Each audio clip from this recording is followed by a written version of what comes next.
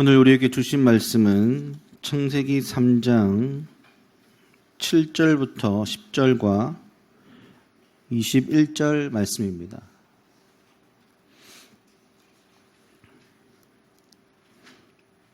창세기 3장 7절부터 10절을 먼저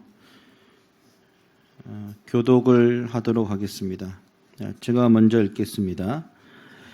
이에 그들의 눈이 밝아져 자기들이 벗은 줄을 알고 무화과 나무 잎을 엮어 치마로 삼았더라.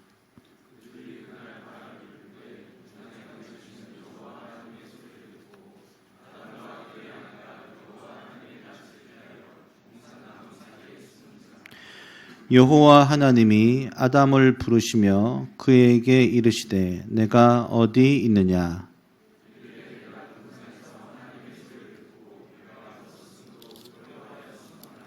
21절은 다 같이 읽도록 하겠습니다. 시작. 여호와 하나님이 아담과 그의 아내를 위하여 가죽 옷을 지어 입히시니라. 아멘. 오늘 하나님 나라로 본 창세기 17번째 하나님의 어린 양이라는 제목으로 목사님 말씀 증거해 주시겠습니다.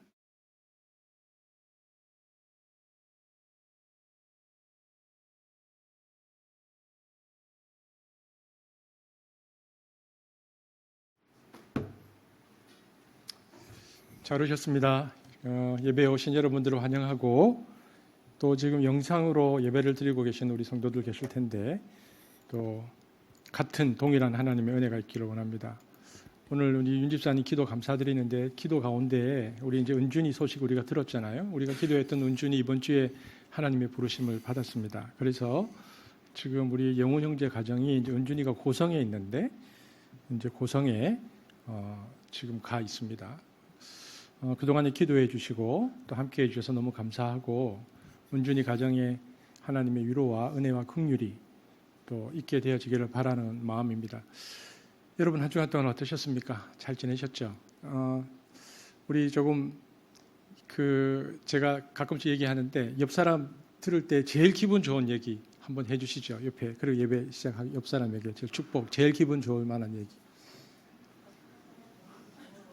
제일 기분 좋을 만한 얘기가 뭘까요? 옆 사람이 들었을 때 제일 기분 좋을 만한 얘기.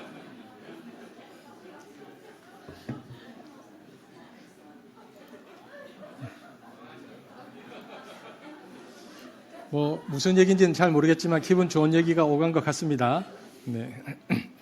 자, 제가 기도하고 말씀 전하겠습니다. 사랑의 하나님 감사합니다. 엠마오로 가던 두 제자에게 주님께서 나타나시고 그들에게 말씀을 풀어주실 때 그들의 가슴이 뜨거웠다. 성경은 기록합니다. 오늘 우리에게 주께서 말씀하실 때에 성령께서 깨닫는 마음 주셔서 우리의 가슴이 뜨겁게 하시고 그 말씀으로 우리가 이 땅을 살아가는 하나님 나라의 백성임을 믿음으로 고백해낼 수 있도록 성령 하나님 우리를 붙들어 주옵소서. 감사를 드리며 예수님 이름으로 기도합니다. 아멘. 오늘 제목 하나님의 어린 양인데 아뉴스 데이 우리가 잘 아는 그 이제 유명한 하나님의 어린 양이라는 제목인데요. 아담과 하와가 하나님의 계명을 어겨서 선악과를 먹고 범죄했습니다. 그러니까 범죄하자마자 나타난 두 가지 현상이 있습니다. 첫 번째는 보자마자 자기들끼리 부끄러움을 느꼈다라고 되어 있습니다. 그 전에는 부끄러움이 없었습니다. 2장 25절 볼까요? 시작. 아담과 그의 아내 두 사람이 벌거벗었으나 부끄러워하지 아니하니라. 그러니까 그 이전에는 부끄러움이 없었어요. 여러분 부끄러움이라는 것이 언제 생겨납니까? 상대방을 의식할 때 생기는 거잖아요. 여러분 오늘 아침에도 여러분 교회 오실 때 샤워하셨잖아요. 본인의 벌거벗은 상태에서 혼자 거울을 보는데 내가 너무 부끄러워서 견딜 수 없다. 혹시 그런 분 계십니까? 환자죠. 우리는 부끄러움이 없습니다. 왜? 나니까. 다른 사람이 보니까 부끄러운 것입니다. 그런데 남자와 여자가 함께 창조되었는데 둘 다 벌거벗었는데 부끄러움이 없었다는 것은 완벽한 하나였다는 뜻입니다. 부끄러움이 없었으니까. 타락했을 때 부끄러워서 서로 가렸다는 말은 완벽한 하나됨이 깨어지고 타자성이 생겼다. 타자성의 인식이 생겼다라는 뜻이죠. 그런데 자신들의 벗은 몸을 보고 수치심을 느꼈다는 것이 단순히 서로가 육체적으로 벌거벗은 상태를 인식하게 되어서 부끄러움을 느낀 것이 아닙니다. 그것은 무엇인가? 그것은 거룩의 상실입니다. 거룩은 사람을 당당하게 하지만 죄는 사람을 수치스럽게 만들고 떳떳하지 못하게 만듭니다. 처음에 아담과 하와는 거룩한 존재로서 하나님과 떳떳하게 교제하고 하나님이 주신 영적 권위로 세상 모든 만물 앞에 당당했습니다. 그러나 죄가 들어오면서 그 순간부터 기가 팍 죽었죠. 거룩이 사라지면서 영적 권위와 당당함도 사라져 버렸습니다. 이처럼 에덴 동산에서 범죄한 이후에 처음 나온 인간의 감정은요, 부끄러움이었고요. 그리고 조금 전에 말씀드렸던 것처럼 두려움이 그들 가운데 찾아왔습니다. 창세기 3장 10절 함께 보겠습니다. 시작.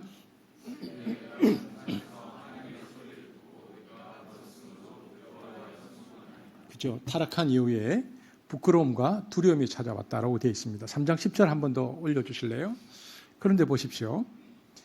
이르되 내가 동산에서 하나님의 소리를 듣고 내가 벗었으므로 두려워하여 숨었나이다 이렇게 말했습니다. 그런데 아담과 하와를 하나님께서 부르실 때 그들이 내가 벗었기 때문에 부끄럽다고 하나님께 말했거든요. 그런데 성경을 보면 실제 그들이 벗었습니까?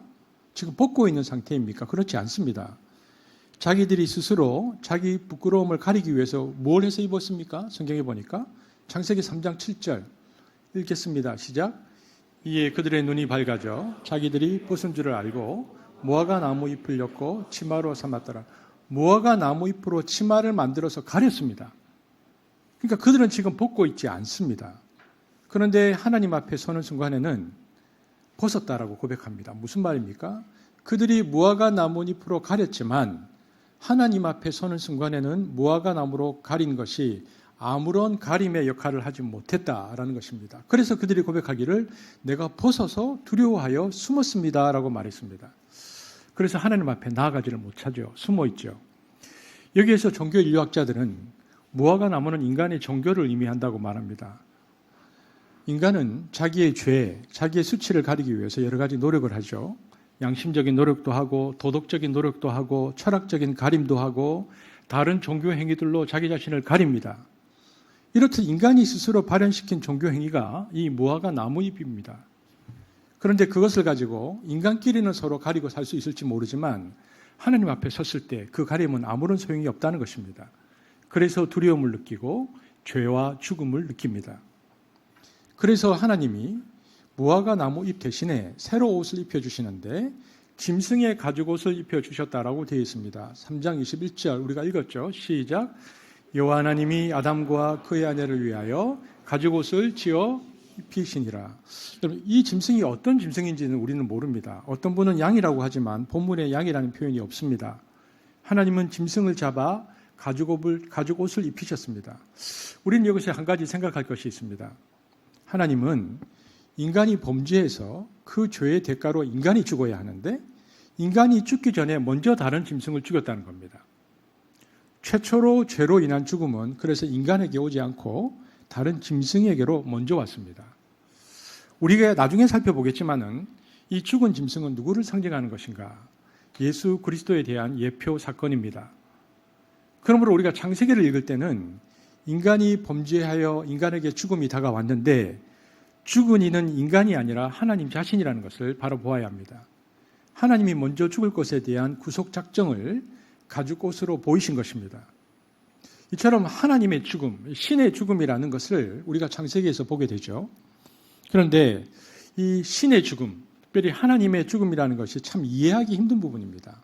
신이 죽을 수 있나? 이런 부분이죠. 그런데 하나님의 죽음이라는 것도 이해하기 힘든 부분이면서도 동시에 짐승의 죽음이라는 것에 대해서도 생기는 문제가 하나가 있습니다. 왜 하나님은 무고한 짐승을 죽이시지? 이런 생각이 드는 것입니다. 아담과 하와 대신 죽은 어떤 짐승은 죄를 지은 게 아니잖아요. 이것은 하나님께서 어떤 죄를 사하기 위해서 행하신 너무나 폭력적인 방식입니다. 여러분 여기 반려견을 키우신 분들 있잖아요. 만약 우리가 죄를 지을 때마다 1년에 한 번씩 반려견을 죽이는 방법을 택하는 거라면 죽일 때마다 여러분 어떤 생각이 들겠습니까? 왜 나 대신 짐승이 죽어야 하지? 이런 생각 들지 않겠습니까? 이처럼 어린 양의 죽음이라는 사건 앞에서 근원적인 문제가 발생합니다. 이것이 과연 사랑과 인애와 긍휼의 하나님의 본성에 맞는 방법인가? 인간을 구원하시고 사랑하신다는 하나님의 본성에 누군가가 대신 죽음을 당하고 희생당할 것을 명하시는 그 하나님의 폭력적인 방법, 이 폭력을 우리가 어떻게 이해해야 하는가의 부분입니다. 그런데요, 짐승이 죽었잖아요, 창세기에. 이 짐승의 죽음이라는 비극적 상황이 성경에 계속 이어집니다.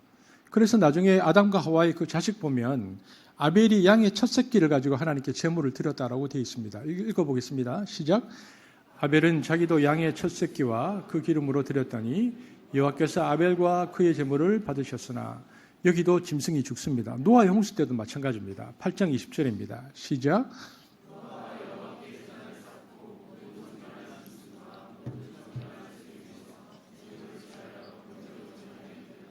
이것은 다 인간의 죄를 대신하여서 죽는 짐승 이야기입니다.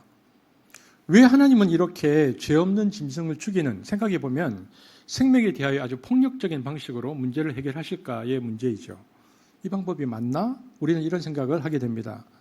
특별히 이 문제는 아브라함에 가면 절정을 이룹니다. 하나님은 아브라함에게 이삭을 제물로 바치라 이렇게 말하십니다. 아브라함이 이 명령을 받았을 때 무슨 고민을 했을까? 여러분, 여기에 대해서 키에르케고르가 이런 얘기를 합니다. 키에르케고르가 빌립보서 2장 12절 이 본문을 가지고요, 책을 한 권 쓰는데 읽어보겠습니다. 시작. 그러므로 나의 사랑하는 자들아, 너희가 나 있을 때뿐 아니라 더욱 지금 나 없을 때에도 항상 복종하여 두렵고 떨림으로 너희 구원을 이루라. 이 구절을 따라서 키에르케고르가 책 제목을 두려움과 떨림으로 지었습니다. 우리나라 말로는 뭐라고 번역되었냐면 공포와 전율이라고 번역되었는데, 이 책을 보면요, 여기에서 아브라함이 이삭을 바치는 장면이 집중적으로 다루어지고 있습니다. 여기를 보면 인신제사가 나와요. 자신의 아들을 제물로 바치라는 명령이 떨어졌습니다. 그전에는 짐승을 죽였는데 이제는 네 아들을 죽여라, 인신제사가 나오죠. 정상적으로 그 명령을 들었을 때 아브라함이 가장 먼저 했어야 할 행동은 상식적으로는 이것입니다. 사탄아 물러가라, 이것입니다. 하나님이 이런 명령을 하실 리가 없다는 거죠. 이런 명령을 내릴 때 이것은 하나님이 아니라 사탄이라고 규정했어야 한다는 것입니다. 그런데 그렇게 못한 이유가 뭐냐? 아무리 봐도 하나님인 겁니다. 아브라함 입장에서. 그동안 하나님과 교제해봐서 아브라함이 하나님에 대한 인격적 감각이 있는 겁니다. 이해할 수 없는 명령이지만 이 명령을 내리신 분이 여전히 자기를 사랑하시고 택하시고 가나안 땅으로 인도하셔서 100세 때에 이삭을 주신 그 하나님인 것이 확실했습니다. 그러니까 그 하나님이 그 아이를 제물로 바치라고 하니까 하나님을 향한 분별력이 아브라함이 있으니까, 그 하나님에 대한 감각이 있고 하나님을 아니까 사탄아 물러가라 이렇게 아브라함이 말할 수는 없었습니다. 그때부터 아브라함은 굉장한 갈등성에 빠집니다. 차라리 나를 죽이시지, 왜 죄 없는 내 아들을 죽이라고 하시는가? 이해할 수 없는 하나님의 잔인함에 대하여 아브라함은 고민하게 되어집니다. 키에르케고르는 그래서 그 책에서 그것을 가지고 거꾸로 믿음을 설명합니다. 믿음이란 무엇인가? 철학적 이해를 넘어가는 것이다. 아브라함이 그랬다는 것입니다. 이삭을 죽이라는 명령을 아무리 논리로 이성으로 생각해 보아도 설명이 안 되는 명령이라는 겁니다. 그런데도 아브라함은 이것이 하나님의 명령임을 알았기에 순종하고 작정했는데 그것이 믿음의 조상의 모습이다라고 말합니다. 그래서 하나님이 아브라함의 그 인간의 이성, 사유, 철학을 넘어가는 그 순종을 통해서 하나님께서 내가 정녕 나를 믿고 경외하는 줄 알았노라라고 말씀하셨다는 것이죠. 함께 보겠습니다. 시작. 내가 내 아들 내 독자까지도 내게 아끼지 아니하였으니 내가 이제야 내가 하나님을 경외하는 줄을 아노라. 여러분, 진정한 믿음이란 뭐라고 생각하십니까? 18세기 이후에 이성과 과학과 철학으로 모든 것을 판단하고 하나님에 대해서도 소위 말하는 이제 역사적 예수 그리고 성서신학이 발달하면서 이성의 잣대로 이제 그 신을 판단하는 시대 속에서 믿음은 과연 무엇인가? 믿음은 이 모든 것을 넘어가는 것, 즉 초월적 믿음을 키에르케고르가 강조합니다. 실존주의에서 말하는 믿음입니다. 그래서 제가 그 키에르케고르의 두려움과 떨림 중에서 한 부분만 제가 읽어드리겠습니다. 확실한 건 인간은 이성과 논리로만 살아가는 게 아니라는 것이다. 그 이상의 그 무엇이 있다. 그렇지 않다면 우리는 하루도 살아갈 수 없다. 사람은 기계가 아니기 때문입니다. 아니다. 아니기 때문이다. 심성을 가지고 영혼을 가진 존재다. 증명할 수는 없지만 과학처럼 우리가 단지 생물학적인 고기 덩어리로만 파악된다면 그동안 인류의 위대한 문학과 사상과 영성 등은 거침없이 폐기 처분될 것이다. 인류가 그동안 해온 그 모든 것들이 단지 공상이나 망상이냐 헛소리자 환각, 착각이었다는 말인가? 이런 기록이 있습니다. 그러니까 믿음이란 인간의 이성을 넘어가고 초월하는 것이라는 거죠. 그러면서도 여전히 여기에 부딪히는 문제가 또 하나 발생합니다. 이삭을 죽이지 않고 하나님이 이번에는 대신 수풀에 나무에 걸린 양을 보게 하셨죠. 그리고 그 양을 대신하여 번제를 드리라고 말씀하십니다. 창세기 22장 13절입니다. 함께 보겠습니다. 시작.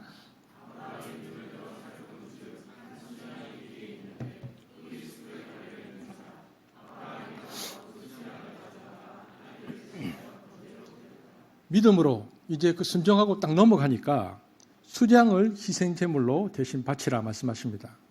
여기에도 여전히 의문이 남는 거죠. 왜 하나님은 그 짐승을 죽일까 하는 것이죠. 이 왜 무고한 짐승을 죽이실까? 이번 레위기 16장에 보면 속죄일 규례가 나옵니다. 거기에 우리가 잘 아는 아사젤 염소가 나오는데, 여러분 레위기서를 보면 이 아사셀 염소가 나오는데요. 이제 레위기 16장 6절에서 10절에 보면은 이게 무슨 그림이냐면 속죄일에 속죄를 하는 염소 위에 안수하고 죄를 전가시키고 염소를 광야에 있는 죄의 창시자인 아사셀에게 보내는 이제 그 의식인데요. 속죄일이 되면 이런 일을 합니다. 저기 보면 대제사장 아론은 염소 2마리를 성막 안 북편 번제 희생 제물을 잡은 곳에 딱 두고 항아리 속에 제비를 뽑았습니다. 이 항아리 이름이 칼피라는 항아리인데요. 칼피라고 불리는 항아리 속에는 똑같은 크기와 모양을 가진 2개의 제비가 들어있는데 각각의 제비는 하나는 여호와를 위하여라는 글이 있고 하나는 아자젤을 위하여라는 글이 있습니다. 대제사장은 백성들 앞에서 항아리를 들고 막 흔듭니다. 그리고는 2손을 놓고 한 손에 하나씩 제비를 집어서 딱 꺼냅니다. 그리고는 2마리의 염소 위에 제비를 각각 딱 올려놓습니다. 그래서 여호와를 위하여라는 제비가 얹힌 염소는 그 목에 붉은 천을 두른 후에 여호와께 속죄제를 드렸고요. 아자젤을 위하여라고 제비를 얹은 염소는 그 뿔에 붉은 천을 맨 후에 그 염소를 아사셀에게 돌려보내는 예식이 레위기 16장에 나옵니다. 여러분 아자젤이라는 이 말은 어떤 뜻이냐면 쫓겨난 악령, 귀신이라는 뜻의 히브리어 아자젤이 유음화된 것인데요. 타락한 천사의 우두머리 사탄을 가리킵니다. 따라서 아자젤을 위하여라는 말은 이스라엘의 모든 죄의 짐을 진 염소를 죄의 장본인인 아사셀이 사는 광야로 다시 돌려보낸다라는 의미가 있습니다. 그래서 그 염소를 아사셀 염소라고 불렀습니다. 이 염소는 속죄 염소인데 나중에 이것을 속죄양이라고 불리기도 했는데요. 같은 이야기입니다. 그런데 이 속죄양 앞에는 언제나 형용사가 하나 붙었습니다. 뭐냐? 하나님의 속죄양입니다. 하나님의 속죄양. 그러니까 왜 이 형용사가 붙었냐면 이스라엘의 모든 죄를 홀로 담당하고 광야로 멀리 떠난 이 아사셀 염소는 인류의 죄악을 도말하시기 위해 그 죄짐을 지고 성문 밖 골고다로 향하실 예수 그리스도의 구속 사역을 예표한다는 점에서 이론의 여지가 없었기 때문입니다. 그래서 세례 요한은 요한복음 1장 29절에 예수님을 보면서 아뉴스데이, 하나님의 어린 양이라고 불렀는데 한번 보겠습니다. 시작. 이튿날 요한이 예수께서 자기에게 나오심을 보고 이르되, 그러나 이 속죄양 이야기에는 신학적인 주제, 하나님의 존재론적인 중요한 주제가 나옵니다. 제가 계속 말합니다. 하나님의 폭력성에 관하여입니다. 우리가 이 부분을 어떻게 해석해야 하는가이죠. 갈등입니다. 여러분 이 부분이 어떻게 해석됩니까? 하나님이 인간의 죄를 해결하기 위해서 어린 양을 보내서 아사셀 양, 속죄양으로 삼으시는데 문제는 이 양이 누구인가 하는 거죠. 여러분 제가 말씀드렸지만 이 양은 짐승이나 인간이 아니라 하나님 자신입니다. 다시 볼까요? 예수님을 향해서 하나님의 어린 양이라고 세례 요한이 말했습니다. 시작. 이튿날 요한이 예수께서 자기에게 나오심을 보고 이르되 여러분 이것은 굉장히 놀라운 이야기입니다. 왜냐하면 하나님이 하나님의 스스로의 죽음을 계시하는 것이 하나님의 속죄양의 메시지라는 것이거든요. 그러므로 양이 죽거나 짐승이 인간을 대신하여 제물로 죽을 때 그 앞에서 인간이 보아야 하는 것은 짐승이나 양의 죽음이 아니고 하나님의 죽음을 보아야 합니다. 왜 신이 죽는가? 굉장히 당혹감이 있습니다. 신이 왜 죽지? 내가 저지른 죄에 대한 무게를 신의 죽음이 아니고서는 인간의 죽음이나 짐승의 죽음으로는 해결이 전혀 안 되는 우주적인 무게를 느끼며 신의 죽음을 우리는 그래서 직면해야 한다는 것입니다. 우리가 소위 말하는 원죄의 부분까지 지적했는데 이 죄는요, 짐승이나 인간의 죽음으로서는 감당이 되지 않을 만큼 우주적인 무게를 갖고 있기 때문에 신이 죽을 만큼의 무게를 가진 것이라는 것입니다. 여기서 나오는 논리가 양과 다른 대성물의 죽음은 예수 그리스도의 죽음으로만 완성된다는 것입니다. 모든 희생양은 예수 그리스도의 죽음으로 완성되고 끝납니다. 그래서 모든 희생양은 예수 그리스도로 끝나기 때문에 예수 그리스도 이후에는 어떤 희생물도 하나님이 요구하지 않습니다. 더 이상 필요하지 않습니다. 완전한 희생양입니다. 그래서 거룩한 폭력은 예수님의 십자가 사건으로 끝납니다. 십자가 위에서 완성된 것입니다. 그러므로 그 이후로 어떤 폭력도 이제 거룩할 수 없습니다. 어떤 폭력도 하나님의 거룩성으로 폭력을 미화할 수 없습니다. 그래서 이것을 하나님의 폭력의 자기 완성이라고 부르고 그 결과로 폭력은 비폭력으로 변했고 진정한 평화가 하나님과 인간 사이에 이루어졌고 이것이 예수 그리스도의 십자가의 사건이고 속죄양의 역사적 소명은 완성되어서 더 이상 어떤 속죄양도 요구되지 않는다. 이것이 예수 그리스도 안에서 일어나는 폭력의 소멸입니다. 그래서 그 이후에는 어떤 폭력의 정당성도 이제 통하지 않는다. 합리화가 되지 않는다. 이것이 성경에서 말하는 그리고 신학이 말하는 그 하나님의 폭력성에 관한 완성이죠. 그러므로 하나님이 아담을 에덴 동산에서 가죽옷을 지어 입히신 것이 가지는 영적인 의미는 굉장히 크다고 봐야 됩니다. 이것은 짐승의 피를 흘려서 만든 은혜의 옷인데 후에 죄를 대속해서 죽임당하실 어린 양의 희생을 상징하는 것이죠. 히브리어로 구속은 덮는다라는 의미를 가지고 있습니다.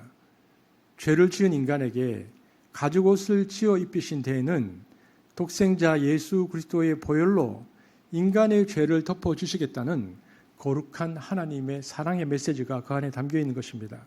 그래서 사도 바울은 로마서에서 이렇게 말합니다. 로마서 5장 17절 읽겠습니다. 시작. 한 사람의 범죄로 말미암아 사망이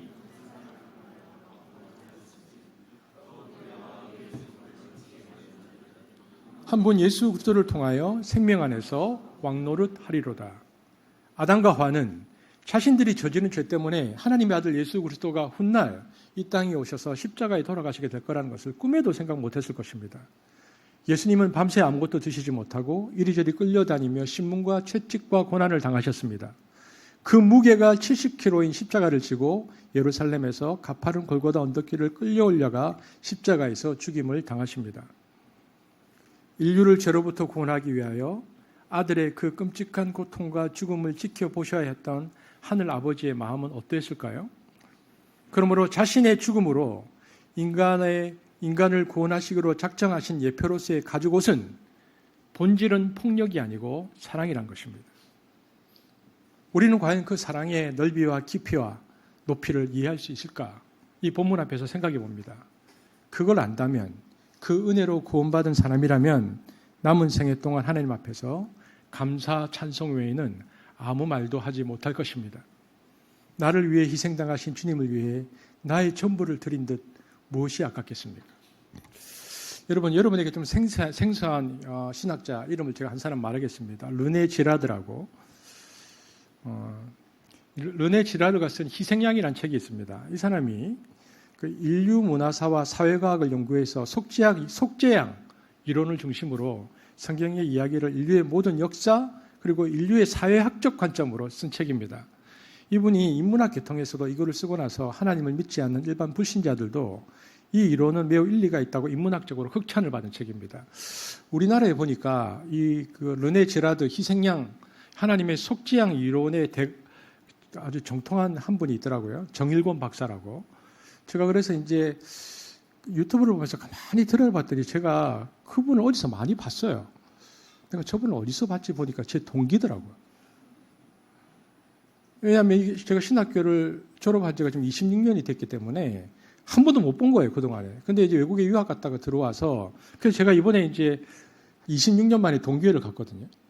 갔더니 뭐가 헷갈리냐면, 내가 저분한테 말을 놔있는지 높였는지 기억도 잘 안 나고, 근데 한 분한테 정일권 박사 얘기가 나왔습니다. 뭐 하냐? 그러니까, 지난번에 오셨던 우리 이성수 목사님이 그러더라고요. 특이한 거 연구한다고 저보고 그러더라고요. 근데 보니까 르네 지라드였습니다. 여러분, 거기에서 강조되는 게 뭐냐면요. 희생양의 근원이 무엇인가 그런 거죠. 왜 희생양이 필요한가? 성경에서는 제의적으로 속죄양이 나와야 하는 이유가 하나님의 거룩 때문이라고 말합니다. 하나님의 거룩을 완성하기 위하여 당신 스스로가 폭력적인 죽임을 당해야 했다는 것. 그래야 죄가 소멸된다는 거거든요. 그런데 문제는 아까 말씀드린 그 거룩한 폭력은 십자가에서 끝났는데 인간도 그 이후에 속죄양을 만든다는 데 있습니다. 다른 점은 하나님은 하나님의 거룩 때문에 속죄양을 만드시는데요. 인간은 거룩 때문에 만들지 않습니다. 인간이 속죄양을 만드는 이유는 자신의 권력과 이익을 유지하고 강화하기 위해서 속죄양을 만든다는 데 있습니다. 그래서 인간의 속죄양은요, 하나님의 속죄양과는 달리 매우 폭력적이고 폭력을 재생산하는 특징을 가지고 있습니다. 하나님의 속죄양은 그리스도에서 끝났습니다. 그리스도 이후에 그 어떤 속죄양도 인류에게 요구하지 않고 어떤 속죄양도 하나님 앞에서 정당성이 없습니다. 그런데도 불구하고 인간은 자신들의 권력을 유지하고 집단을 유지하기 위해서 속죄양을 끊임없이 만들어내죠. 인류 역사에서 끊임없이 만들어온 것이 속죄양이라는 것입니다. 그래서 인간의 어린 양 사상이라는 것은 집단 폭력의 문화입니다. 어떤 집단이 그 집단의 위기를 만나거나 집단을 이끌어왔던 통치자들이나 권력에 지닌 사람들이 위기를 만나면 이 위기를 극복하고 돌파하는 방법으로 무엇을 택하는가? 어떤 공동체든지 간에 그 집단의 공동체성을 따르지 않고 자유로운 사람들이 있기 마련이잖아요.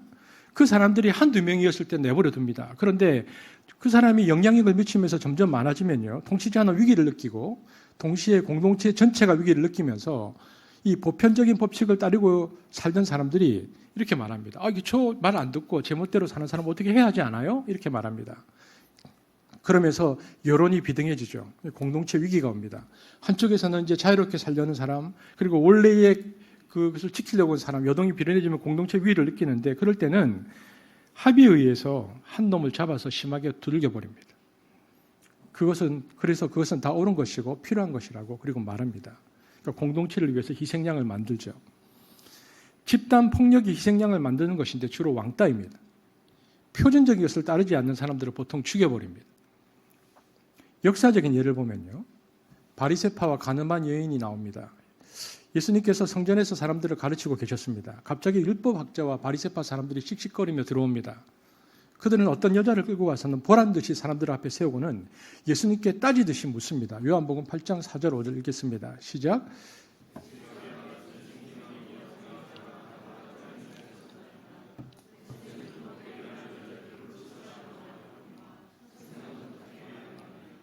여러분, 왜 바리새파는 이렇게 공개 처형을 요구했을까요? 왜 공개적으로 이 여자를 죽이자고 말했을까요? 이것은 무슨 말이냐면 이 당시에 율법을 지키지 않는 사람들이 점점 많아지고 있었습니다. 이것을 계속 두면 율법 체계가 무너질 거라고 생각했습니다. 회당 지배 질서가 붕괴되죠. 유대 율법주의가 무너집니다. 그들이 바벨론으로 포로로 잡혀간 이후에 지금까지 그들은 이데올로기로서의 율법주의라는 종교, 이데올로기를 가지고 이스라엘 백성들을 율법주의라는 체계 속에 갖추었습니다. 율법주의는 그들의 지배 철학이었는데 바벨론 포로 시대부터 예수님까지 600년간 이 지배 체제를 유지해 왔습니다. 그런데 가만히 두면 이 지배 체제가 무너진다고 그들이 위협을 느꼈습니다. 이것을 안 무너지게 하려면 율법을 어긴 놈을 본보기로 가혹하게 응징해야 합니다. 공동체 앞에서. 그래서 돌로 때려 죽이는 것입니다. 그래야 다들 공포심에 눌려서 순응하기 때문이죠. 공개 처형은 항상 그래서 하는 것입니다.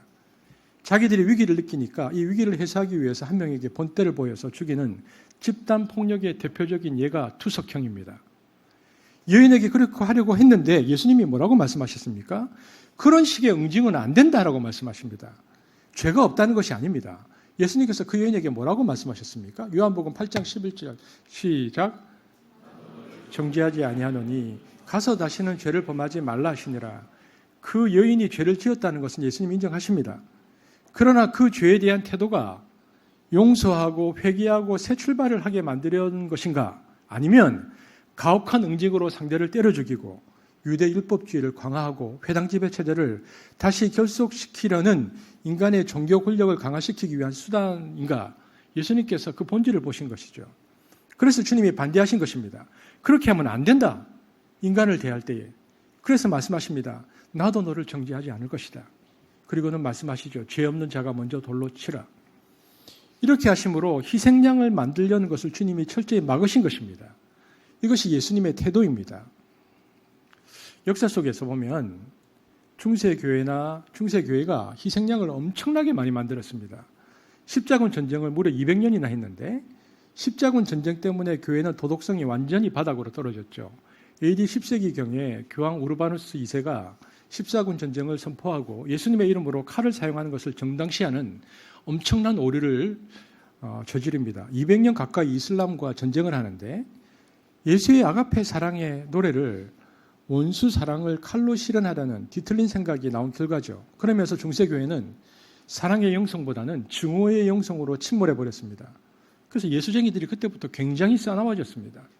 사람 죽이는 것을 쉽게 죽이고 이방인 이담 쉽게 쳐서 죽입니다. 그러다가 15세기가 되면 이 폭력성이 어떻게 발달되는가?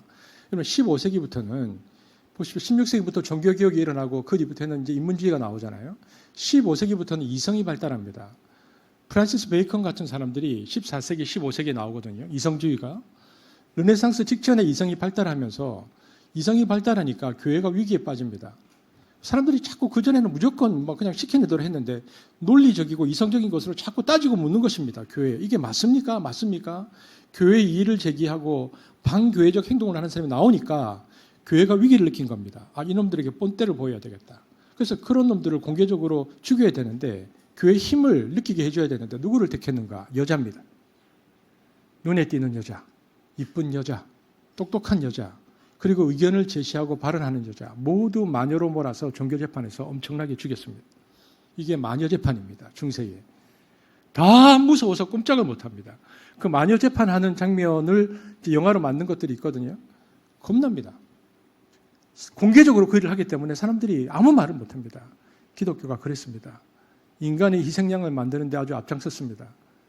20세기에 어떻게 됩니까? 더 비극적인 것은 현대에 들어와서 독일 개신교회가 2차 세계대전 당시에 히틀러가 독일의 위기를 누구의 탓으로 돌렸습니까? 유대인 탓으로 돌립니다.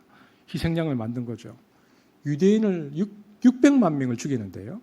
거기에 독일 교회가 누구를 지지했는가? 독일 교회가 히틀러를 지지했습니다. 독일 국가교회. 예수 그리스도의 이름으로 600만 죽이는데 동조했습니다. 그게 기독교입니까? 거기에 진정한 신앙을 가지고 저항한 사람들, 히틀러의 통치를 거부한 사람들이 있었습니다. 제가 가끔씩 말씀드리지만 고백교회의 보네퍼 같은 목사님, 독일 개신교가 히틀러의 국가 사회주의를 지지하고 교회 이름으로 히틀러의 지배 이데올로기를 정당화시켜 주었을 때 이게 잘못되었다라고 나섰던 분들이 계십니다.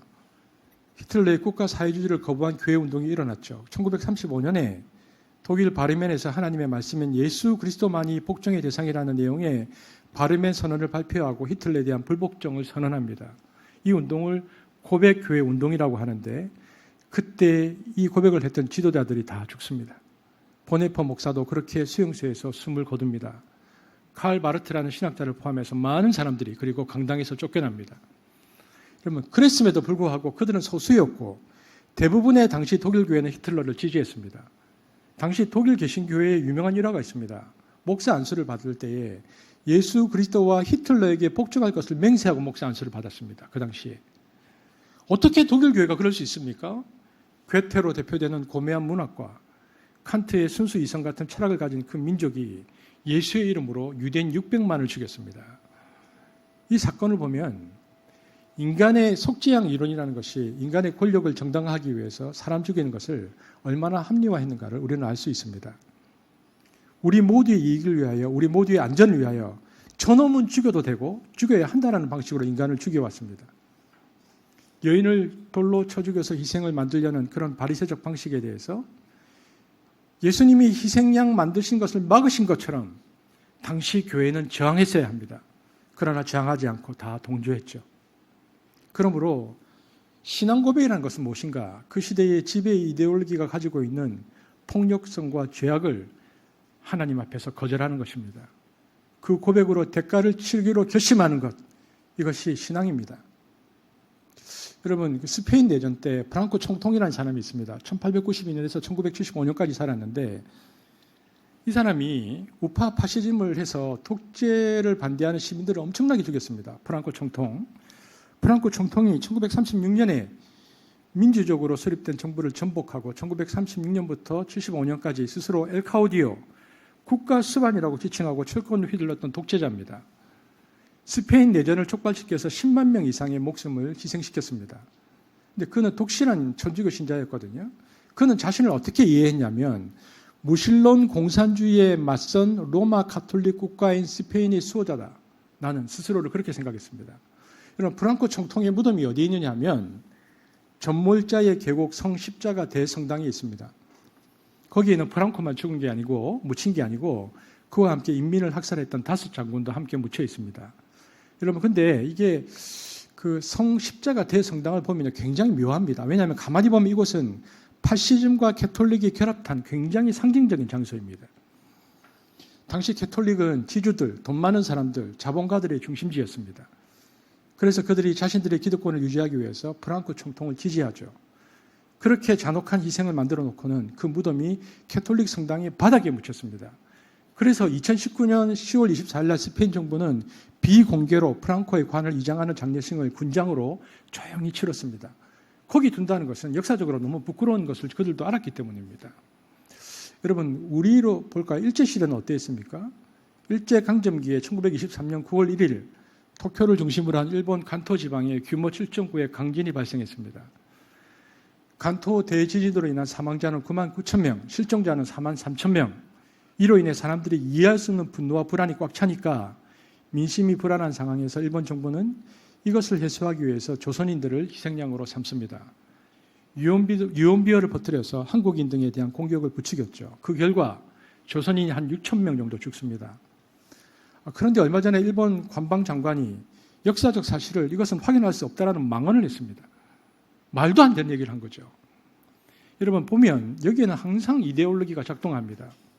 예수님 당시에는 율법주의라는 이데올로기가 종교 지배체제로 작동하는 사회였고, 중세에는 캐톨릭시즘이 지배 이데올로기였고, 독일 시대에는 독일 민족주의가, 스페인에서는 캐톨릭과 더불어 파시즘이 있었고, 일제강점기에는 일본 제국주의가 조선을 희생물로 삼아서 학살했습니다. 이것은 하나님의 어린 양이 아니고 인간이 만들어낸 어린 양입니다. 하나님의 어린 양은 예수 그리스도로 완성되어 끝나서 더 이상 어린 양을 하나님이 인간에게 요구하지 않습니다. 그러므로 어린 양을 만들어내서는 안 됩니다. 그런데 인간은 하나님의 뜻을 무시하고 그리스도 바깥에서 계속 어린 양을 만드는데 그 일에 교회가 앞장선 부끄러운 역사가 너무 많습니다. 이것이 역사의 크나큰 비극입니다. 이제 우리 사회를 좀 돌아보겠습니다. 여러분, 우리가 남북한 나누죠. 분단체제잖아요. 분단체제에서는 어린 양이 어떻게 나올까요? 분단체제에서는 간첩이라는 이름으로 나옵니다. 남과 북이 다 자기들이 지배체제가 있잖아요. 남한은 반공주의고 북한은 공산주의입니다. 그러니까 반공주의에서는 자기 권력에 반하는 사람을 다 빨갱이로 몰아서 죽이면 됩니다. 여운형 씨 민족주의자였고 중도파였는데 죽였습니다. 김구 선생도 민족주의자였고 위기였습니다. 자유민주주의 신봉자였는데 빨갱이로 몰아서 암살시킵니다. 조봉암 씨, 이승만 박사와 함께 1952년과 1956년 대통령 선거에 출마해 낙선한 후에 표가 너무 많이 나오니까 공산주의라고 해서 국가보안법 위반으로 사형시켰습니다. 박정희 씨가 자신의 권력을 강화 유지하기 위해서 국민들에게 쇼크를 주는 사건을 일으키는데 그게 뭔가 난민전 사건입니다. 멀쩡한 학교 선생님들을 억지로 중앙정보국에서 간첩으로 만들어서 재판에서 일주일 만에 사형해서 죽입니다. 우리가 잘 아는 전두환 씨가 정권 잡고 나서는 광주를 희생양으로 만들었습니다. 광주에 빨갱이가 들어왔다고 군대 풀어서 엄청난 유혈 학살을 했습니다. 이것이 집단 학살입니다. 희생양 이론으로 보면 이런 것들이 우리 근대사에 아주 중요한 사건입니다. 북한에서는 어땠을까요? 남한하고 똑같습니다. 조만식 선생 민족주의자였고 기독교인이었습니다. 김일성 정권에 반대한다고 암살해서 죽였습니다. 1919년 11월에 지린에서 조선의열단을 창설한 김원봉, 이 의열단은 영화에서 굉장히 많이 등장합니다. 여러분 밀정, 암살 보면 영화에 보면 그 김원봉이 나오는데 해방 이후에 김구 선생과 같이 남한에 왔다가 같이 활동하는데 어이없는 일을 당하죠. 당시 일제시대 일본 경찰 앞장이었던 노독수리가 식용국장이 됩니다. 친일파였던 그가 독립군 사령관이었던 자기를 빨가벗겨서 고문합니다. 김원봉이 너무나 절망하고 상황이 그래서 남한 사회의 정치가 친일파들이 득세하는 세상이 또다시 되었다. 해방된 조국에서 치욕스러워서 못 살겠다고 하고 김구 선생과 함께 김일성이 하고 평화회담을 하자고 갔다가 북한에 남습니다. 근데 김일성이가 간첩으로 몰아서 김원봉이를 죽입니다. 박헌영 남로당이었는데 전쟁 패배의 책임을 박헌영에게 뒤집어 씌웁니다. 미제 간첩이라고 해서 박헌영이를 죽입니다. 똑같습니다. 북한에서도 자기의 권력을 유지하기 위해서 위기가 오면 희생양을 만들어서 사람을 죽이는 일이 비일비재했습니다. 남북한이 똑같습니다.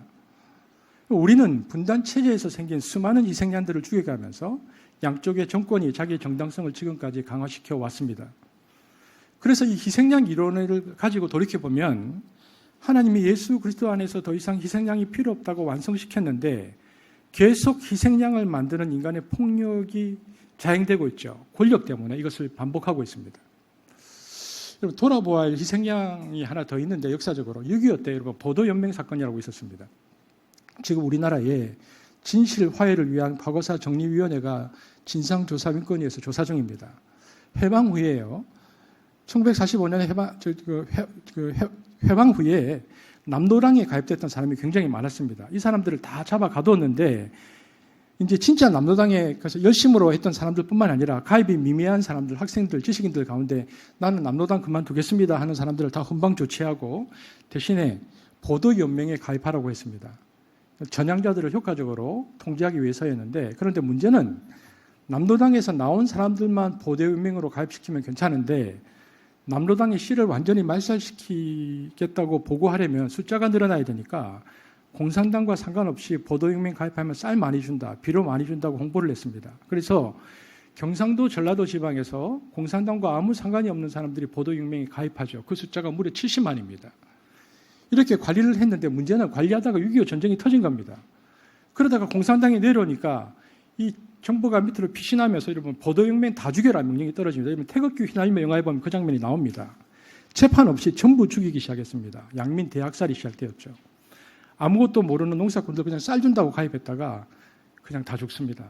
공식적으로 확인된 숫자는 4,934명인데 추산은 10만에서 20만이 죽었지 않을까 생각합니다.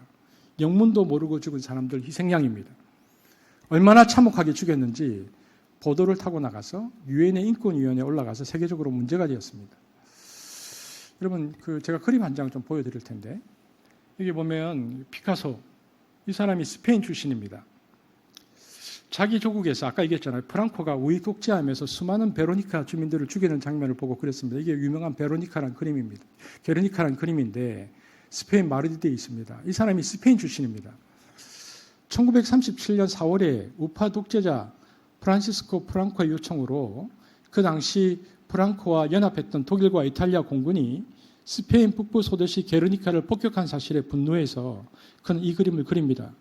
독일 나치는 자신들의 전투기와 폭탄 성능을 테스트하기 위해서 민간인을 상대로 3시간 동안 폭격했는데 장날을 맞아 시장 근처에 모였던 시민 1,600명이 몰살되고 이에 분노한 피카소의 붓에서 게르니카가 나옵니다. 스페인 마드리드에 있습니다.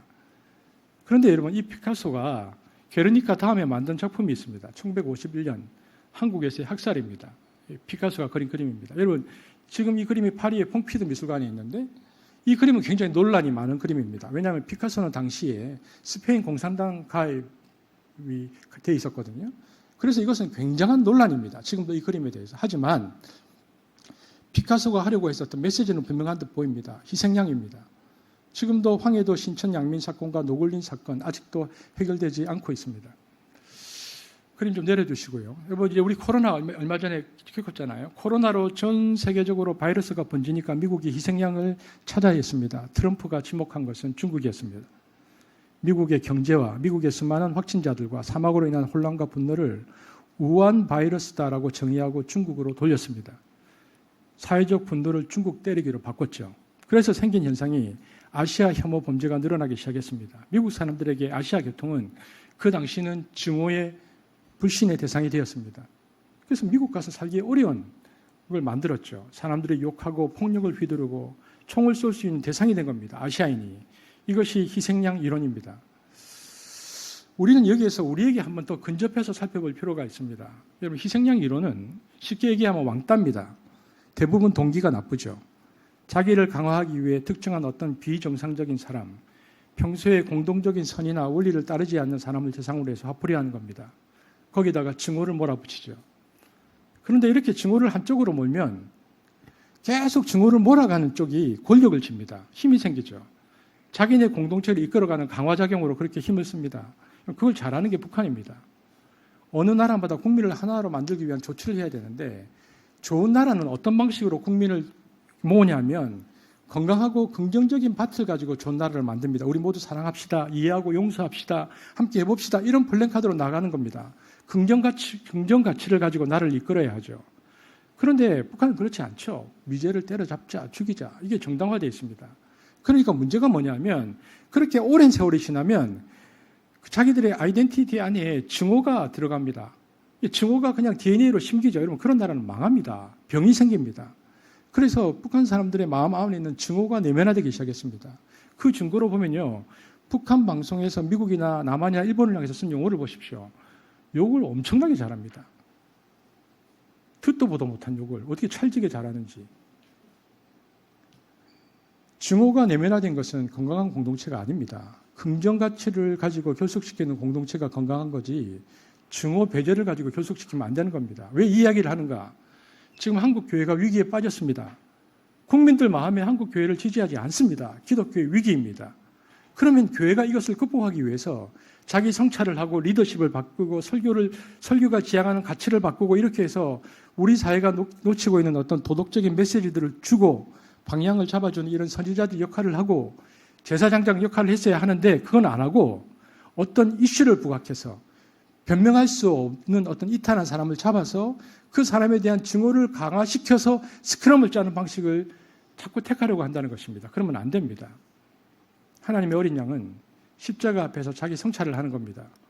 그리고 다른 어떤 곳에도 죄의 전가를 하지 않아야 됩니다. 죄의 책임을 넘겨서는 안 됩니다. 주님이 다 책임져 주셨으니까 주님이 다 지고 주님이 죽으셨습니다. 그렇기 때문에 누구에게도 죄를 넘겨서는 안 됩니다. 십자가 앞에서는 오직 자기 성찰만 있을 뿐입니다. 회개만 필요합니다. 그런데 교회가 자기들의 문제, 위기를 성찰하기보다는 바깥으로 공격 화살을 바꾸고 증오를 강화시키는 쪽으로 가면 망하는 공동체가 됩니다.